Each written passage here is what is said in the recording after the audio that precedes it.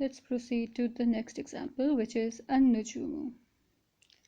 Once again, it's the Jama Mukassir, and it's a pattern of fu'ulun, and its root word is najmun, a star, and this would be the stars. All right, an-nujumu. So it's marfa, it's Jama Mukassir, its grammatical gender is feminine because it is ghair aqil. It's Jama Mukassir of ghair aqil.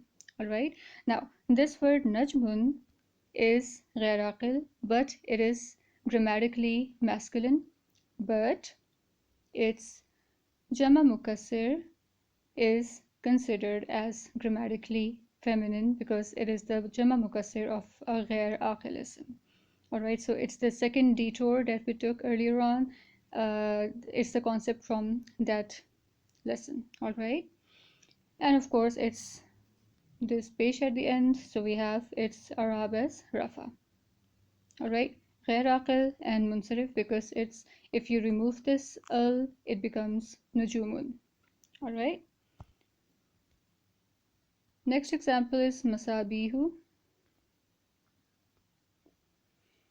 All right, masabihu. Now this is the pattern of mafa'ilu. This is something that we did in the patterns of Jama Mukassir. So mafa'ilu, masabihu. Its pattern is, its root word is misbahun. It means anything or something that illuminates. Okay, it's anything that produces light. That is misbahun. Commonly or roughly translated as a lamp. Okay, but I like to translate it according to the implication of the pattern. Okay, so something that gives light, that is misbahun. You'll understand its implication when you move further in this, inshallah. Okay, so masabihu, first of all, no tanween, which means ghair munsarif. Okay, no tanween in the absence of alif lam means ghair munsarif. And misbahun, is it an actual feminine or an actual any human? Is it any human? Does it signify any human? It doesn't. Okay, so it's ghair aqil. All right. Now, analyzing masabihu. Its Arab is rafa. How? Because of this thing. Its grammatical gender. Its grammatical gender. Okay, so we are analyzing masabihu. So the grammatical gender of masabihu is feminine. Why? Because it's the Jama Mukassir of ghair aqil. Next, its number is Jama Mukassir. Okay, so it's more than 3. And finally, actually technically more than 10 because the mafa'ilu pattern is for things that are more than 10 in number. Then its status is nakra. All right, now one more thing about ghair munsarif. Since it is ghair munsarif, it means that its rafa form would be masabihu, but its nasab form would be masabiha, and its jar form would also be masabiha. All right. However, if you try and make it mu'arraf bilam, what would happen? If you make it mu'arraf bilam, it would be al-masabihu, al-masabiha, and in nasab form, and al-masabihi in jar form. So if al gets added to anything that is ghair munsarif, it can accept a kasra in its jar form. All right. This is once again has been already elaborated extensively in one of the previous lessons, introductory lessons actually. All right, so our next example is ar-rusuli. All right, so let's just see what this is all about. First of all, we have alif lam, so it means that this is rusulin. All right, and rusulin, or if you just make it in rafa form, it would be rusulun, and rusulun is one of the patterns for Jama Mukassir. All right, so this is Jama Mukassir for the word rasulun. Now the word rasulun is aqil. All right, so the word rasulun is aqil and it means a prophet. All right, and ar-rusuli would be the prophets. it's munsarif because of this pattern, rusulin, and its Arab here is jar because of this zir, all right, and it can be grammatically treated as masculine as well as feminine. Once again, I explained this point at great length in the second detour lesson, all right, which is the previous one, and you can go back and check this out if you haven't already. All right, and its number is Jama Mukassir, and its status is marfa because it has al with it. Once again, it's ar-rusulu or ar-rusuli, it's not al-rusuli. Why? Because ra is also one of those letters that have the capability to silence lam of alif lam. Alright, so this is done. Alright, now this is the big example, or rather the big word. Save the best for the last actually. Alright, so we have Sherwin Nafasati. This is a fragment and we are going to learn how to make this fragment, alright, but right now we are going to focus on this. And why I mentioned Sherry is because I want to point out that this Hamzatul Wasl has been silenced, alright, so this is also revision of that concept.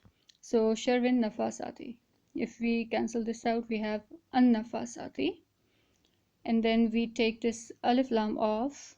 Now why are we doing this? We want to check out its root word and whether there is any pattern or not. Okay, so that's how you go retrograde. So we take this alif lam off and it becomes nafasati tin, right here, nafasatin. Now if we have this kari zabar like this, or if we it actually signifies the this suffix, all right, so this atin sound can be signified by this kari zabar here. All right, let's see it again. So we have this kari zabar, all right, this sa can also be written as this, or rather this sa can also be written as this, all right. So nafa satin, this is jama salim, and if we take it off, we are very conveniently left with the singular, which is nafasatun. And if we convert this nafasatun to its masculine counterpart, it becomes nafasun.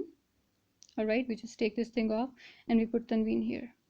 All right, so nafasun. All right, now this nafasun is actually on the pattern of fa'alun, and my representative word for this is hamadun. All right, now fa'alun is a pattern that shows something or some action that, or rather someone who carries out an action over and over and over again. So you could call it a profession, or you could just simply you could call it someone who does it continuously or over and over again. Okay, so that's what fa'alun is. And hamadun would simply mean that someone who praises or who says hamd over and over and over again. Okay, now what does this word mean? This word means to blow on something, all right, and this is in Suratul Falaq, all right. So it's those women who blow on the knots, the black magic ones, all right, so the women who practice black magic, that is nafasun. So to those women who continuously or who over and over blow on the knots, all right, so this is nafasun.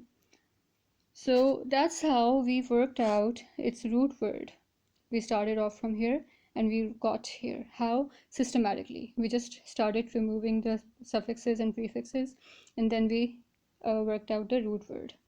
All right, and finally it's aqil, it's munsarif, its Arab is jar. Well, this nafasatin, it could either be nasab or jar, but here in this instance, Sharin Nafasati, this is something that I'm telling you, it is jar. Then the grammatical gender of the word Nafasati is feminine because of the ati sound, and then it's Jama Salim, and it's Marif Bilam, therefore Marifa.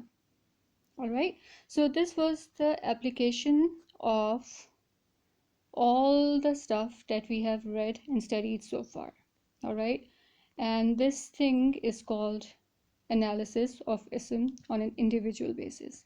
Once you get used to doing this, all right, the translation of Quran would be flowing in your mind, all right? You wouldn't even need to go through all this that I have gone through right now, okay? Because of course you know it, and you'd be able to do it yourself.